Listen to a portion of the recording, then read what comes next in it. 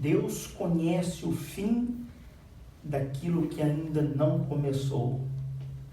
E hoje eu quero conversar com vocês sobre a nossa vida, o nosso chamado, aquilo que nós nascemos para fazer.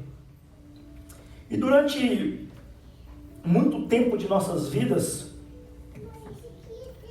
nós fomos ensinados que nós precisamos saber qual é o propósito da nossa vida. Não é assim? Durante tanto tempo nós fomos ensinados isso. Eu vou muito a eventos de coaching, e essa é a primeira resposta que você tem que ter. O que eu nasci para fazer, né? E a maioria dos coaches, a maioria dos palestrantes, eles focam nessa pergunta. Você precisa descobrir o que você nasceu para fazer na vida. Nós precisamos descobrir qual é o nosso chamado em nossas vidas. Aquilo que nós nascemos para fazer. E é muito engraçado porque quando nós conversamos com pessoas, é de se surpreender com um tanto de gente que não sabe o porquê nasceu. É surpreendente saber o tanto de gente que ainda não sabe qual é o seu propósito na vida. Então a conversa fica mais ou menos assim. Eu chego para o pastor Sandro e pergunto: pastor Sandro, o senhor sabe o que o senhor nasceu para fazer? E ele me responde: não, ainda não descobri o meu propósito. Então nós estamos vivendo uma vida dia após dia sem saber qual é o nosso propósito, qual é o nosso objetivo. E os dias se passam, os anos se passam, as estações se passam e vivemos um dia após o outro sem descobrir qual é o nosso propósito. Meio que a deriva. Você já viu um barco que está à deriva? O barco que está à deriva, o mar o leva para onde quer. Ele não tem um destino, ele não tem um local, ele não tem um objetivo. Agora, a visão apostólica, ela nos propõe de maneira diferente. A visão apostólica, você não descobre o que você nasceu para fazer. Na visão apostólica, você não descobre o seu chamado. Você se encontra com ele. Você se encontra com o seu chamado. Sobre uma ótica de Deus, sobre a visão de Deus, você não nasce, você não vive uma vida e de repente, no meio do caminho, você descobre o seu chamado. Não, agora eu sei o que eu tenho para fazer. Agora eu descobri o que eu nasci para fazer. A visão de Deus, ela é completamente diferente. Sabe por quê? Porque Deus primeiro, ele pensa na sua assignação. Ele pensa primeiro em seu propósito. Ele pensa primeiro o que a Ana vai fazer na terra. E depois a Ana nasce. Amém. Aleluia. Eu vou falar de novo para você entender. Você não descobre o seu propósito na caminhada. Você nasce com o seu propósito. E aí você caminha. É o contrário. Porque nós baseamos a nossa vida numa palavrinha que se chama sucesso. Agora, a pergunta que eu te faço nesta manhã é: como você mede uma pessoa de sucesso? Como que você quantifica se uma pessoa é uma pessoa de sucesso ou não? Às vezes nós podemos pensar que uma pessoa de sucesso é uma pessoa que ganha muito dinheiro. É uma pessoa de sucesso. Uma pessoa de sucesso é uma pessoa que tem várias empresas, que tem vários bens. Talvez uma pessoa de sucesso é uma pessoa que tem uma certa posição, seja em uma empresa, seja na sociedade. Talvez uma pessoa de sucesso seja uma pessoa que é famosa. Porque o sucesso, unicamente, ter sucesso na vida apenas, não é o suficiente. Porque quando se descobre e você se encontra com o seu propósito, aí o sucesso já não faz tanta diferença. A diferença agora é ter significância.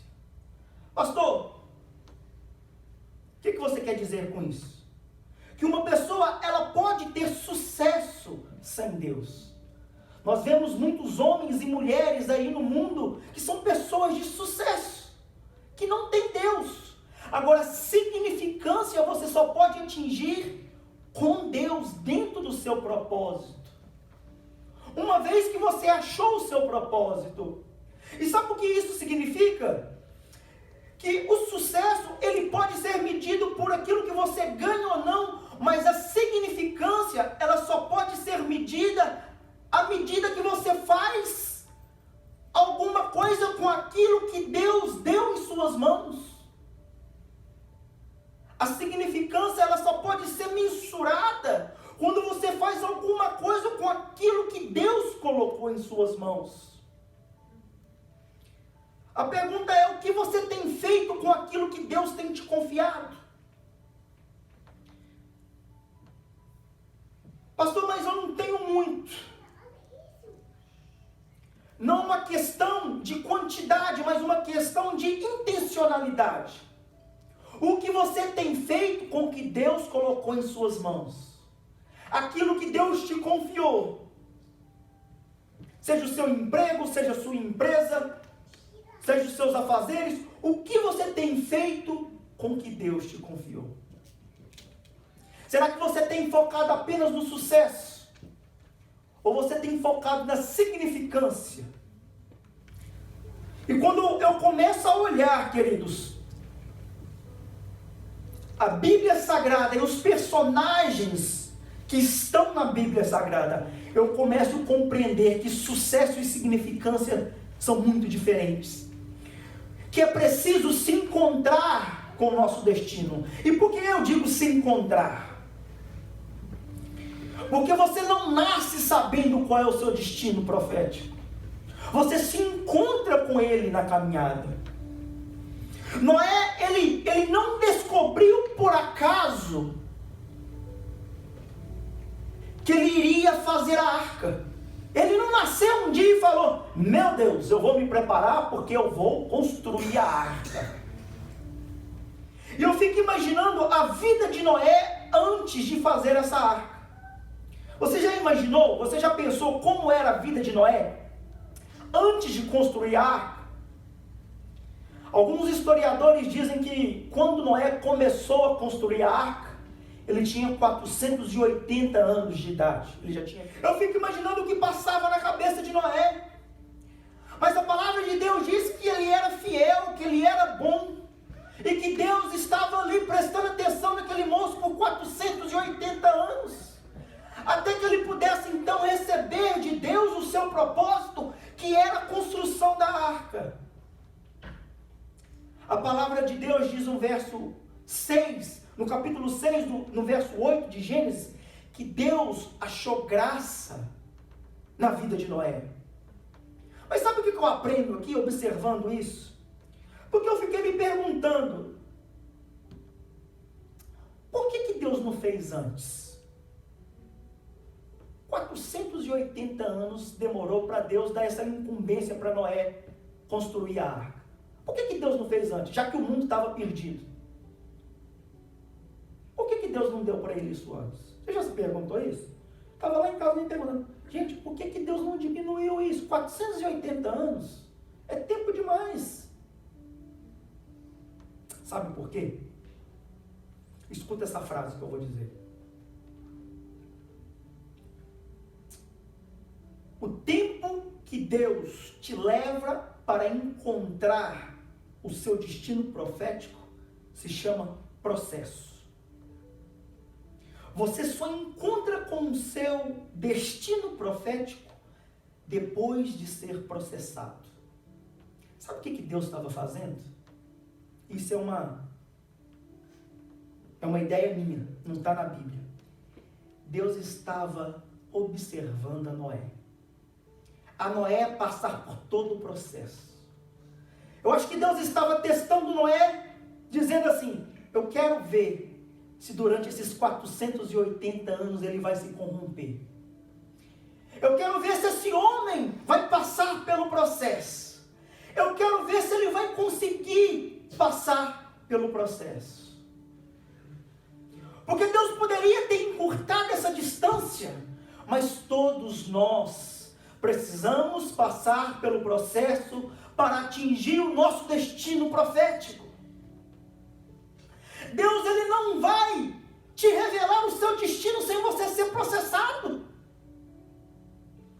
Sabe por quê? Porque se Deus revela o seu destino profético antes de você ser processado, você vai destruir ele. Você não vai aguentar a caminhada. Você vai morrer antes que você cumpra. É por isso que Deus espera. É por isso que Deus espera 480 anos para revelar a Noé e falar: Noé, agora você está apto para construir a arca. Vai e constrói. Porque se Deus chega antes e fala para ele: Noé, vai e constrói a arca, ele diz: Deus, não, eu não vou. Isso vai dar errado. E sabe o que acontece? Uma humanidade inteira, uma geração inteira, e nós somos do povo que diz que somos geracionais. Uma geração inteira cai por terra. Sabe por quê? Porque você não foi processado. Quando nós recebemos o nosso destino profético, nós precisamos estar processados naquilo que Deus vai falar para você. E talvez você não recebeu o seu destino profético. E quando eu falo de destino profético, eu falo aquilo que Deus quer que você faça, aquilo que você vai causar significância nessa terra. Você não recebeu isso antes, ou ainda não recebeu, porque ainda você não foi totalmente processado. Ainda falta alguma coisa. Ainda Deus está querendo trabalhar alguma coisa na sua vida. Porque se Deus te revela agora, você acaba com Ele. E Deus não quer isso. Deus quer que você seja relevante nessa terra. Deus até pode te revelar o seu destino profético. Mas entenda bem isso que eu vou dizer. Você só começa a vivê-lo depois de ter amadurecido. Depois de ter madurado, como diz os hispanos. Sabe por quê? Escuta isso aqui. Isso aqui é algo tremendo. Como dizem, pega esse código. A nossa mente, que é pequena e limitada, nós não temos a dimensão daquilo que Deus tem para nós. Nós não conseguimos ver, nós não conseguimos ouvir, nunca entrou em nosso coração. É isso que Deus tem preparado para nós. Então, pensa no seguinte: se eu não consigo nem imaginar o que é, eu não posso compreender. É isso que Deus tem para você. 1 Coríntios 2:9, aquilo que os olhos não viu, que eu nunca consegui ouvir, aquilo que nunca entrou no meu coração, é o que Deus tem preparado para nós. É muito maior do que você imagina. O nosso problema é que você pensa que você nasceu para ser pastor de ovelhas, mas Deus quer te ungir para ser rei de uma nação. Aleluia. Davi, quando estava no campo, cuidando das ovelhas, eu acho que ele nunca, nem nos seus sonhos, ele pensou que ele ia ser rei de Israel. Tudo que ele podia compreender era aquele campo, aquelas ovelhas. Por quê? Porque aquilo estava dentro da sua capacidade de enxergar. Talvez o que você pode ver hoje é um schedule de casa, é uma empresa, mas Deus quer te levar muito mais além. Amém. O que Deus está querendo te mostrar não é uma vida de sucesso, é uma vida de significância. E significância é muito maior do que sucesso. Eu posso ter uma empresa, eu posso ser rico, mas viver uma vida miserável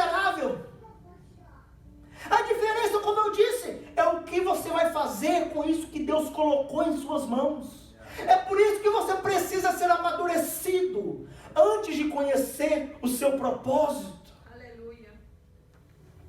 Entenda algo comigo, que o seu destino profético, aquilo que Deus quer para você, sempre será muito maior do que você pode compreender.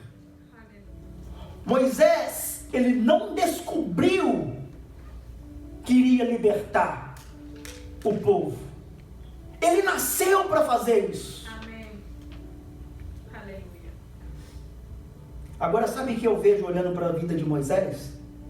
Moisés, a Bíblia diz que ele era um homem pesado de palavras. Alguns dizem que ele era gago. Agora, olha como Deus usa as coisas loucas deste mundo. Ele chama um homem gago, pesado de palavras, para fazer política com um faraó. Isso é loucura.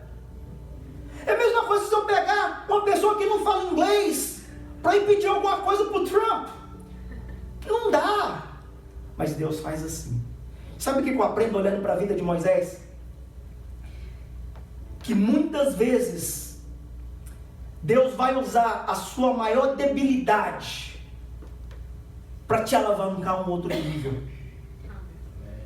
Muitas das vezes nós pensamos que são as coisas, os nossos sucessos, que são as nossas melhores qualidades, que Deus irá usar para nos levar a outra dimensão.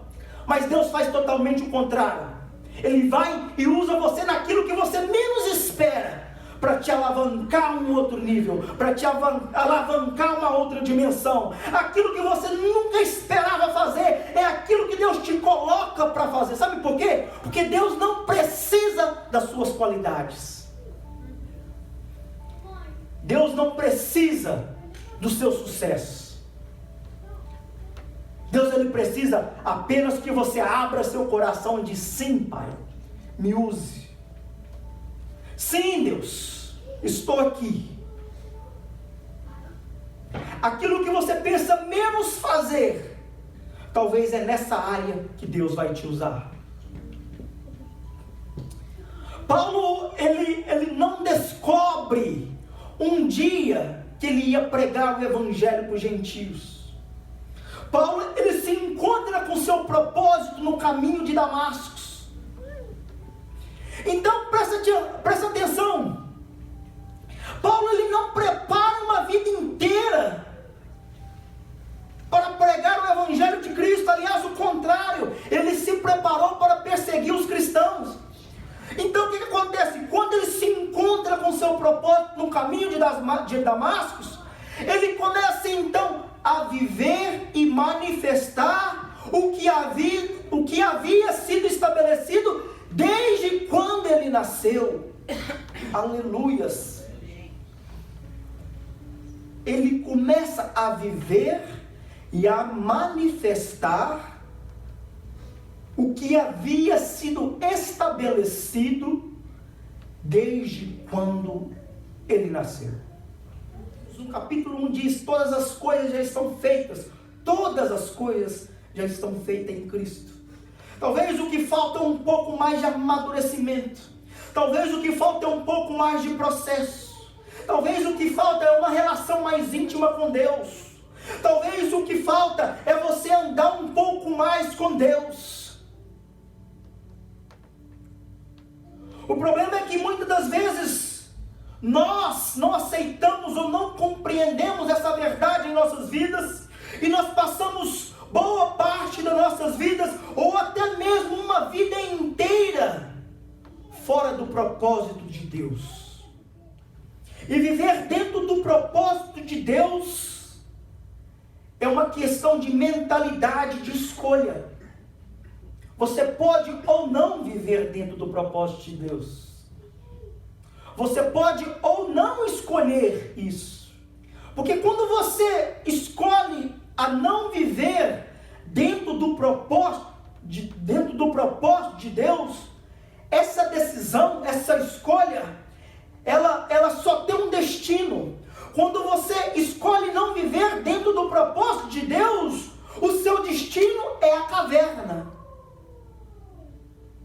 você não acredita, pergunte para Elias. Elias escolheu não viver dentro do propósito de Deus. O seu destino foi a caverna. Agora imagina a vida de Elias comigo. Um dos profetas mais admirados do Velho Testamento. O homem que fez chover fogo do céu. O homem que sozinho matou 950 profetas. Que desafiou a um Deus. Meu Deus, que homem é esse? Que diz, cai fogo do céu e o fogo cai. Esse é o homem. E Deus diz para ele, Elias, você a partir de hoje, você é meu profeta. O seu destino te é revelado.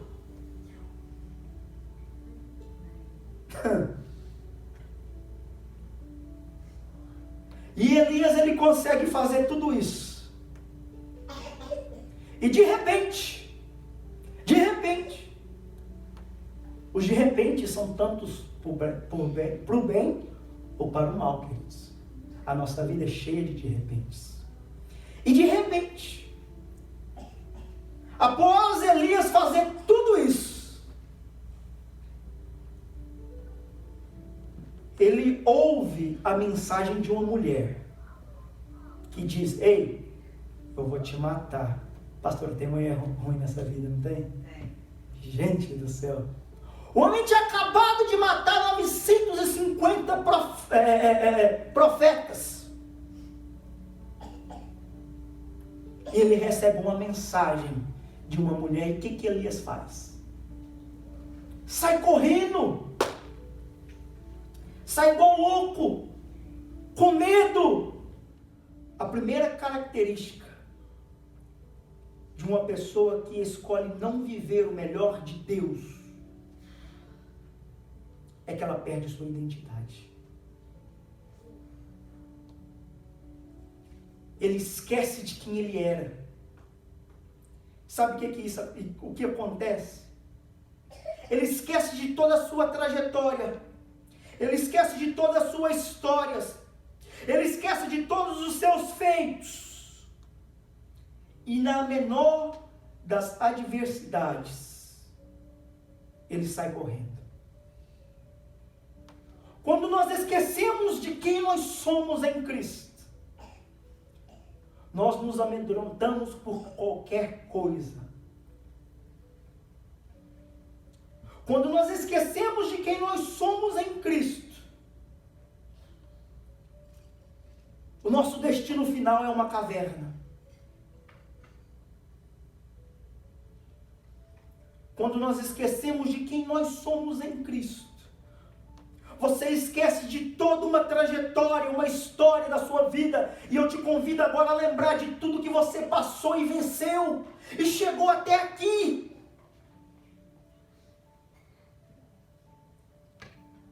Você tem uma identidade em Cristo. Você não é qualquer um, para que qualquer coisa possa te amedrontar. Repreenda esse medo. Deus está nos chamando a sair da caverna. E eu não sei que caverna você pode estar, mas Deus te chama a sair desta caverna. E Ele te diz, ei, você não é o único. Tem mais 7.000, Elias. Tem mais 7.000. Pare de culpar as adversidades externas, de tudo que acontece fora ou dentro, fatores emocionais, e saiba que existe um propósito eterno esperando por você. Toda vez que eu distancio do meu propósito em Deus, o meu destino é uma caverna. Sabe o que acontece, queridos, quando você entra para uma caverna? Eu já estou terminando. A primeira coisa que acontece em nós é uma coisa que chama autopiedade. Ou traduzindo para os tempos modernos, mimimi. Você começa a culpar todos e todos, menos a você mesmo. Olha a história de Elias. Deus, mas eu fui zeloso com o Senhor. Ah, meu pai, mas eu fiz tudo, eu matei, eu fiz acontecer. E ninguém tem dó de mim. A pior coisa que pode acontecer em sua vida é alguém ter dó de você. E também não tenha dó dos outros. Dó é ruim. Estou falando de compaixão. Compaixão é bom. Dó é horrível. Não tenha dó. Pare de culpar fatores externos por aquilo que acontece em sua vida. Nós mesmos somos responsáveis em entrar ou não para a caverna. O que Deus falou para Elias? Deus falou para Elias ir para dentro da caverna? Não. Deus deu uma direção para ele. Vai para o monte. Ele parou na caverna. Deus está te mandando. Irone, vai para tal lugar. Mas não, eu vou para dentro da caverna, Senhor. Sabe por quê? Ai, Senhor, mas está tão difícil. Tem que acordar cedo. Tem que limpar a casa. E muitas das vezes nós culpamos os outros. E sabe o que acontece? O tempo vai passando. O tempo vai passando. E nós não tomamos uma decisão para nos encontrar com aquilo que vai dar significância em nossa vida. E muitas das pessoas morrem sem encontrar isso. Morrem sem encontrar isso. Eu fico imaginando aquele homem dentro da caverna.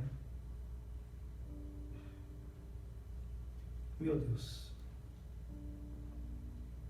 E a coisa mais fácil do mundo é você entrar dentro da caverna. Sabe por quê? A caverna, ela te dá um falso sentimento de proteção. Você acha que você está ali, você está acomodado. É igual a história do Léo, né, Léo? A história do Léo lá de você ficar na fazenda. A fazenda te dá tudo. Um animal preso em uma fazenda, ele tem tudo. Ele tem comida, ele tem água, ele é bem cuidado às vezes, só não tem liberdade. A caverna te aprisiona, ela tira a sua liberdade. E é preciso às vezes que Deus dê um chacoalhão na gente. Fala assim, tinha um amigo meu que falava assim, Repolhão, acorda, filho. Faça alguma coisa. Não, para com isso. Levanta cedo, dorme tarde. Faça alguma coisa, mas sai da caverna, pelo amor de Deus. Sai dessa caverna, para com isso. Deus tem tanto para você. Não, rapaz. Pensa bem, você fez chover fogo do céu. Você está aí dentro da caverna porque uma mulher falou que vai te matar. Que mulher é essa, Jesus? Quem é Jezebel em sua vida?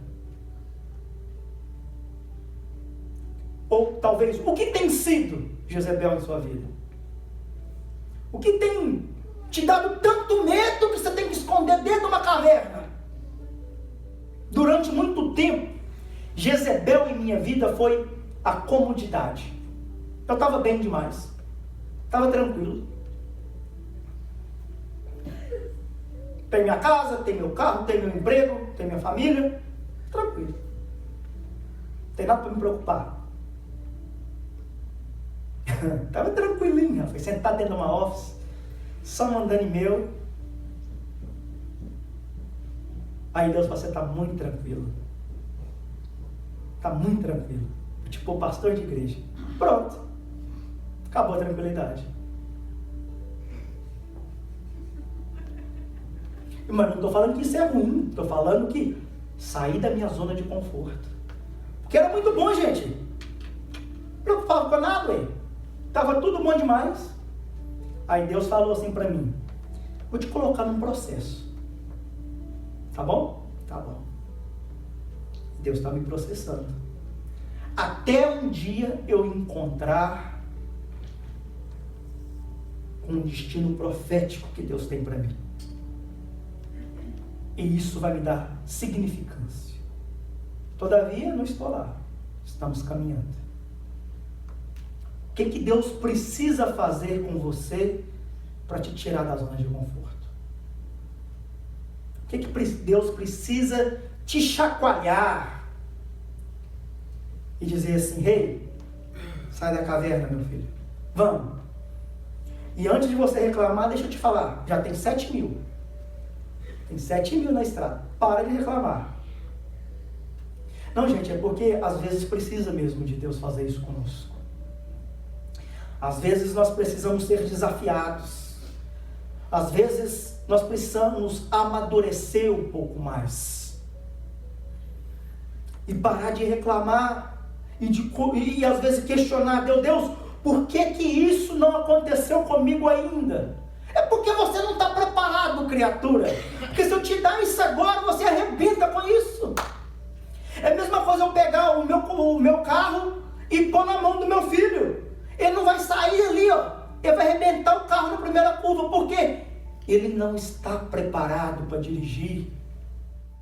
Então, se você está se perguntando por que Deus não te deu ainda, estou te dando a resposta: você não está preparado para dirigir. Entra numa autoescola, vai pegar aula de direção aí com os amigos. Quando você estiver preparado, você pergunta a Deus de novo. Mas de uma forma ou de outra, nós precisamos ter este encontro com o nosso destino. Amém? Que Deus possa abençoar a sua vida. Que Deus possa te chacoalhar, te tirar da caverna. Que Deus possa fazer você se aproximar daquilo que Deus tem para a sua vida. Que você possa compreender as áreas que precisa amadurecimento, as áreas que precisa ser processado, as áreas que você precisa melhorar. E que você possa caminhar com Deus, assim como fez Noé. E eu termino nessa nossa conversa dizendo algo que meu pai sempre me disse: tudo que nós precisamos é que Deus se agrade de nós.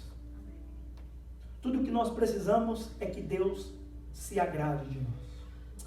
Que Deus abençoe sua vida, em nome de Jesus. Amém?